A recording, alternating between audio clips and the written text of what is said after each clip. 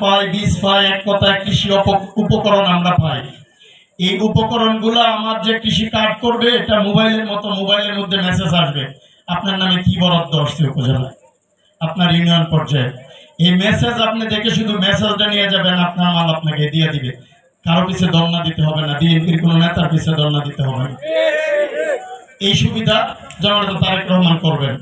জননেতা তারেক রহমান ঘোষণা দিয়েছেন প্রত্যেক ইউনিয়ন পর্যায়ে একটি করে গুডাউন করা হবে। এলএসডি গুডাউন যেমন আছে শহরে, এমন প্রত্যেক ইউনিয়ন পর্যায়ে গুডাউন করা হবে, একটি কোল্ড স্টোরেজ করা হবে, প্রত্যেক ইউনিয়নে 2টি করে পাওয়ার টিলার দেওয়া হবে। তো প্রিয় নেতৃবৃন্দ, কেন করবেন গুডাউন?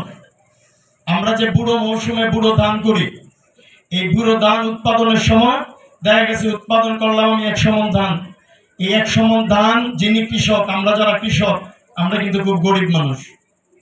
আমরা এত কিছু ফ্রাডু গাড়ি, 5 তলা বাড়ি করার ইচ্ছা আমাদের নাই। আমাদের ইচ্ছা মোটা কাপড়, মোটা ভাত, আমার সন্তানকে স্কুলে পড়ানোর মতো একটা পরিবেশ। তাই আমাদের কাছে এত টাকা পয়সাও নাই। আমরা যখন এই ধান উৎপাদন করব, তখন এই ধান আমরা একটা অংশ বিক্রি করে দিতে হয়। যখন আমরা ধান কাটি, কর্তন করি, তখনই দেখা গেছে 1000 টাকা মনের ধান আমরা 700 টাকা বিক্রি করতে হয়। এটার জন্য তারেক রহমান গুডাউন করবেন, যে আমাদের যে পরিমাণ ধান 20 মণ ধান বিক্রি করে আমাদের যে লেবার পেমেন্ট করতে হয়, এই 20 মণ ধান আমরা এই গুডাউনে রাখবো। রাখার পরে গুডাউন থেকে এই 20 মণ ধানের পরিমাণ একটা টাকা দিবে কৃষককে।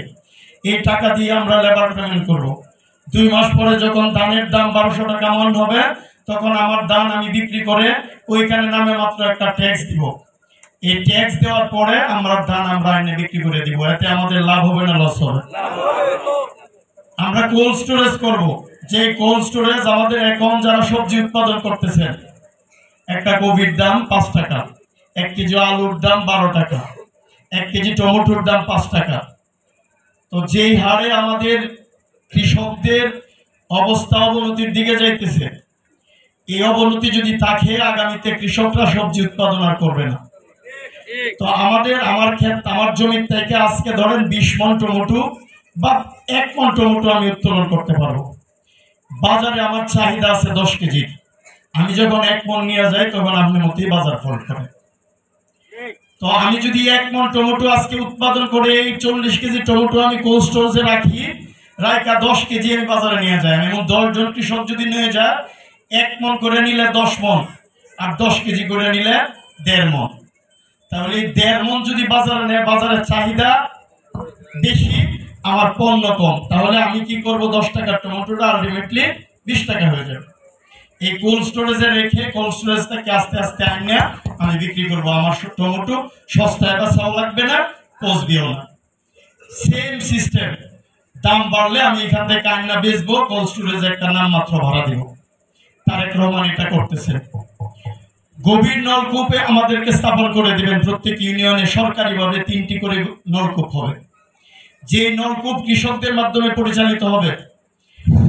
আমরা এখন এক কানি ক্যাপ করতে আমাদের কিশোরগঞ্জ সদরে 3000 টাকা নেয়। এক কানি 35% আমাদের এখানে কানি, এক কানি ক্যাপ করতে 3000 টাকা নেয়। এই 3000 টাকা আমি যখন সরকারি যে নলকূপ হবে, এটা থেকে আমি শুধু কারেন্ট বিল একটা খরচ দেনি 1500 টাকা আসবে। পাওয়ার টিলার দিবে যারা নিম্নমানের কৃষক, যারা 1 কানি 2 কানি ক্যাপ করে বর্গা চাষ নিয়ে গিরবি রেখা, এদের চাষাবাদ করার জন্য পাওয়ার টিলার দেওয়া হবে। তো জননেতা তারেক রহমান